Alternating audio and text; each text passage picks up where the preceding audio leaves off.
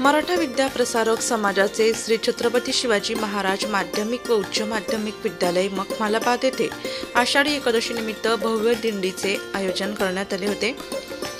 प्रमुख पाहुणे म्हणून मविप्र संचालक रमेश पिंगळे, मराठा हायस्कूलचे माजी मुख्याध्यापक अरुण पिंगळे, ग्रंथमित्र रामचंद्र अर्जुन काकड, सार्वजनिक वाचनालयाचे अध्यक्ष रामदास पिंगळे हे उपस्थित होते। व्यासपीठावर प्राचार्य संजय डेरले, उपप्राचार्य राजेंद्र गाडे, ज्युनियर कॉलेज प्रमुख उज्ज्वला देशमुख, ज्येष्ठ शिक्षिका बेबी जाधव, सविता हेर, भाग्यशाली जाधव आदी उपस्थित होते। उपस्थित मान्यवरांच्या शुभ हस्ते छत्रपती शिवराय, सरस्वती, विठ्ठल रुक्मिणी व पालखीचे पूजन करण्यात आले। प्रास्ताविक प्राचार्य संजय डेरले यांनी केले। त्यांनी आषाढी एकादशी व दिंडी आयोजनाचे महत्त्व सांगितले।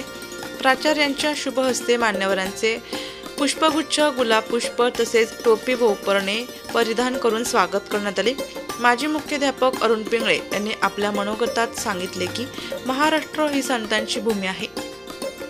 या पवित्र भूमीत आषाढी एकादशीला श्री क्षेत्र पंढरपूरला विठोबारायांच्या दर्शनासाठी लाखोंच्या संख्येने वारकरी दिंड्या घेऊन जात असतात।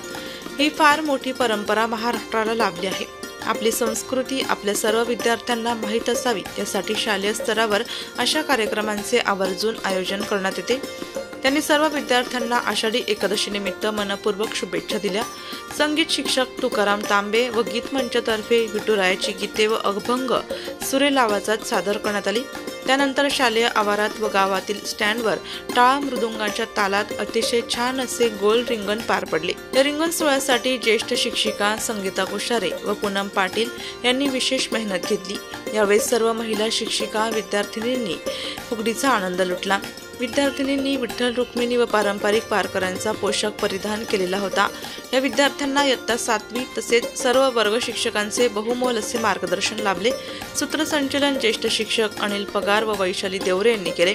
कार्यक्रमात सर्व शिक्षकवृंद, शिक्षकेतर कर्मचारी व विद्यार्थी उपस्थित होते।